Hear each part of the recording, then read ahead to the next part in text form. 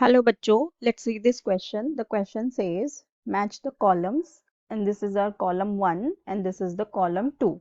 See, in column 1 we have been given with the laws, Boyle's law, Charles' law, Avogadro's law and Graham's law, and in column 2 we have been given with the expression, so we have to match for which law the particular expression will match with that law. ठीक है, so देखो पहला हमें क्या दिया हुआ है, ए में हमें दिया हुआ है बॉयल्स लॉ। ठीक है, हमारा जो बॉयल्स लॉ होता है ये क्या कहता है, बॉयल्स लॉ में होता ये है at a constant temperature the volume of an ideal gas is inversely proportional to its absolute pressure। ठीक है, सो इसका मतलब ये होता है इस तरह से, P will be inversely proportional to V at constant temperature। ठीक है, at constant temperature। So in other words हमसे क्या कह सकते हैं, the product of pressure and volume is constant for a fixed mass. So अगर इसे हमें लिखना हो तो हम इसे इस तरह से लिख सकते हैं, P V will be equal to some constant. So let's take constant को हम के ले लेते हैं। ठीक है, यहाँ पे कांस्टेंट हो जाएगा हमारा के। सो इस एक्सप्रेशन को हम इस तरह भी लिख सकते हैं, D P by D V at constant temperature। ठीक है, at constant temperature this will be equal to minus k by v square, that in turn we can write as minus pv। ठीक है, सो इसका मतलब देखो यहाँ पे क्या हो गया कि dp by dv at constant temperature क्या हो गया, माइनस पी बाई वी, जो हमें देखो P में दिया हुआ है। ठीक है, तो ये P इसका मैच हो गया।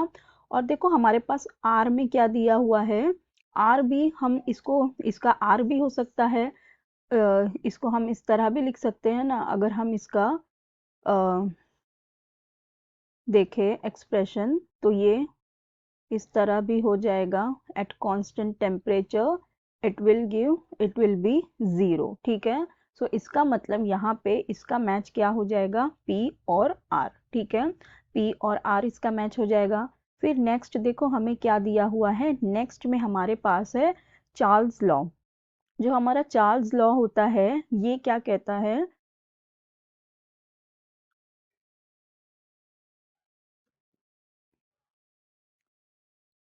चार्ल्स लॉ क्या होता है, this is the special case of the ideal gas law होता है। इसका क्या होता है, that the volume of fixed mass of a gas is directly proportional to the temperature. ठीक है, मतलब यहाँ पे होता है volume will be directly proportional to temperature, and this law applies to ideal gases held at constant pressure where only the volume and temperature are allowed to change। ठीक है, volume और टेम्परेचर चेंज होंगे खाली at constant pressure।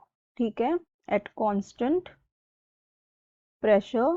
सो इसका अगर हम देखें expression तो क्या हो जाएगा फिर, चार्ल्स लॉ का v is directly proportional to t है, तो इसे हम इस तरह से लिख सकते हैं, V T will be equal to K, where K will be constant.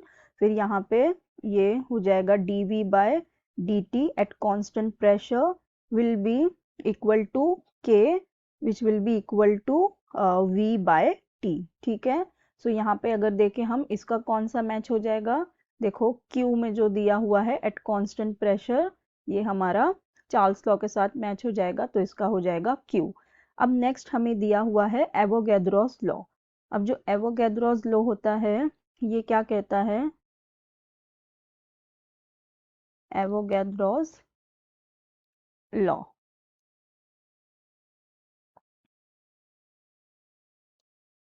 तो according to Avogadro's law, equal volumes of all gases at the same temperature and pressure have the same number of molecules।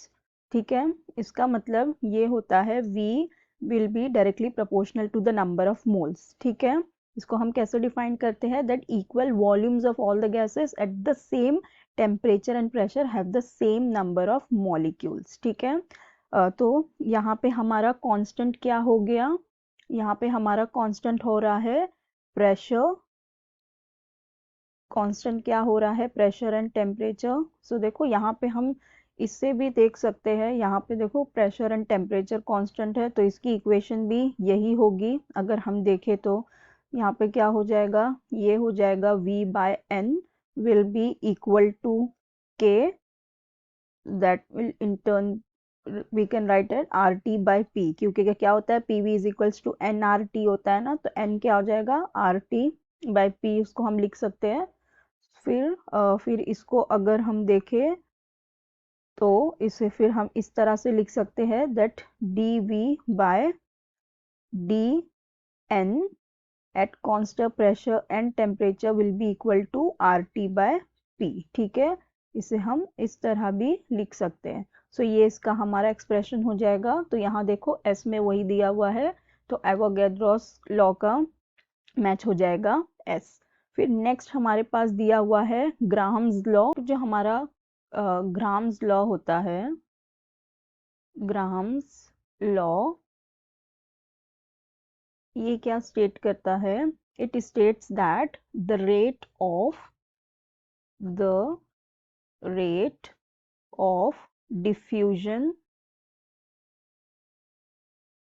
और effusion, rate of diffusion or effusion of a gas is inversely proportional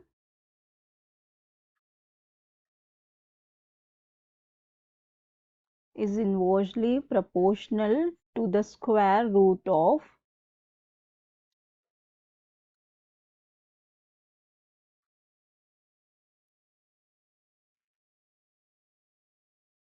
its molecular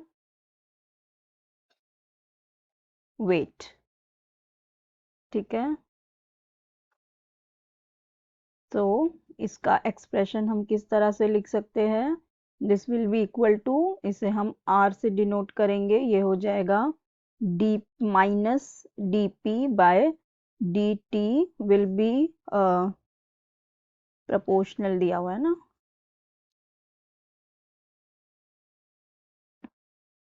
इसे लिखते proportional to 1/√d, ठीक है।